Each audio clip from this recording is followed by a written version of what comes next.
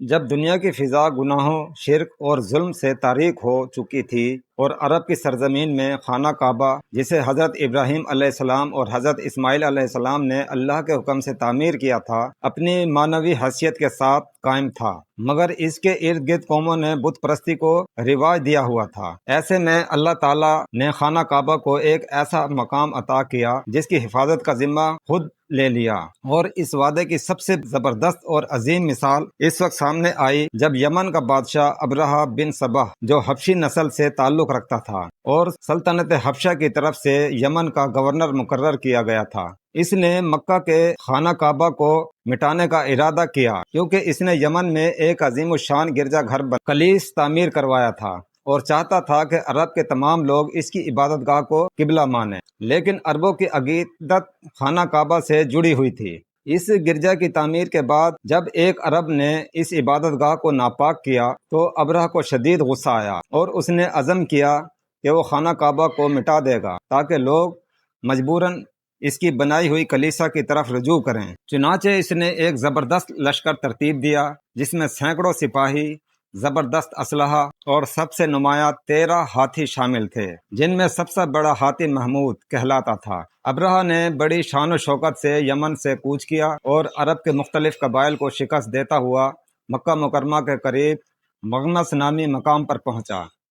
مکہ قریب پہنچ کر اس نے نبی کریم صلی اللہ علیہ وآلہ وسلم کے دادا حضرت عبد المطلب کے اونٹوں سمیت کئی قریشیوں کا مال و متاع لوٹ لیا اور پیغام بھیجا کہ وہ صرف کعبہ کو گرانے آیا ہے، انسانوں کا قتل عام اس کا مقصد نہیں۔ حضرت عبد المطلب اس وقت قریش کے سردار تھے، نہایت باوقار شخصیت کے مالک تھے۔ جب وہ ابرہہ کے دربار میں داخل ہوئے تو ابرہہ نے ان کی شخصیت سے متاثر ہوا، لیکن جب عبد المطلب نے صرف اپنے اونٹوں کی واپسی کا مطالبہ کیا اور خانہ کعبہ کے لیے کچھ نہ کہا تو ابرہہ حیران رہ گیا۔ اس نے کہا، میں سمجھا تھا کہ تم خانہ کعبہ کے محافظ ہو، لیکن تمہیں تو اپنے اونٹوں کی فکر ہے، کعبہ کی نہیں۔ حضرت عبد المطلب نے نہایت ایمان افروز جواب دیا، میں اونٹوں کا مالک ہوں، اس لیے ان کا سوال کیا۔ کعبہ کا مالک اللہ ہے، وہ خود اس کی حفاظت کرے گا۔ یہ الفاظ گویا تاریخ کا وہ نقطہ آغاز بنے جس کے بعد اللہ تعالیٰ کی قدرت کا ایک حیران کن اور معجزانہ مظاہرہ دنیا نے دیکھا۔ قریش مکہ نے ابرہہ کے حملے کے خوف سے مکہ خالی کر دیا اور پہاڑوں پر چلے گئے۔ ادھر ابرہہ نے خانہ کعبہ کی جانب پیش قدمی کی، لیکن جو ہی ہاتھی محمود کو خانہ کعبہ کی طرف بڑھنے کا حکم دیا، وہ زمین پر گھٹنے ٹیک کر بیٹھ گیا۔ اسے مارا گیا، ڈرایا گیا، لیکن وہ آگے نہ بڑھا۔ لیکن جب اسے یمن یا کسی اور سمت گھمانے کی کوشش کی جاتی تو وہ فوراً کھڑا ہو کر چلنے لگتا۔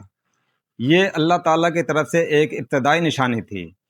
پھر یکایک آسمان پر کالے بادل کی مانند ایک لشکر نمودار ہوا۔ یہ پرندے تھے جو اپنی چونچوں میں پنجوں میں کنکر لیے ہوئے تھے۔ ان پرندوں کا نام ابابیل تھا۔ ان کی ہیبت چھوٹے سائز کی چڑیوں جیسی تھی، مگر ان کی ڈیوائن مہم ناقابل یقین تھی۔ ہر پرندہ 3 کنکر لیے ہوئے تھا، ایک چونچ میں اور 2 پنجوں میں، اور ہر کنکر دوزخ کے پتھروں میں سے ایک تھا۔ وہ پرندے اللہ کے حکم سے ابرہہ کے لشکر پر ٹوٹ پڑے۔ ہر کنکر جس شخص پر گرتا وہ جسم کو پار کرتا ہوا نکل جاتا اور اسے جلا کر راکھ کر دیتا۔ لشکر میں بھگدڑ مچ گئی، ہاتھیوں نے دوڑنا شروع کیا، سپاہی ادھر ادھر بھاگنے لگے، اور پھر وہ منظر تاریخ کا ناقابل فراموش باب بن گیا جب ایک عظیم الشان لشکر طاقتور ہاتھیوں کا تجربہ کار فوجیوں سمیت محض چند کنکروں اور اللہ کی طرف سے معمور پرندوں کے ہاتھوں تباہ و برباد ہو گیا۔ یہ واقعہ اتنا غیر معمولی اور عظیم الشان تھا کہ اللہ تعالیٰ نے اس کا تذکرہ قرآن کی سورہ الفیل میں بھی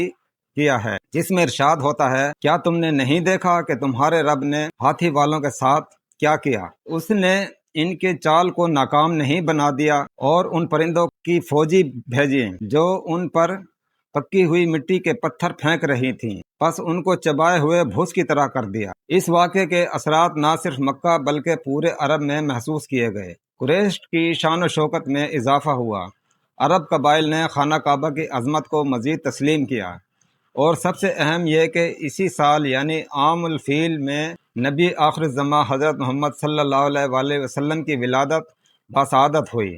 گویا اللہ تعالیٰ نے پہلے اپنے گھر کی حفاظت کا مظاہرہ کیا اور پھر اس گھر میں عبادت کاملہ سکھانے والے آخری نبی کو دنیا میں بھیجا۔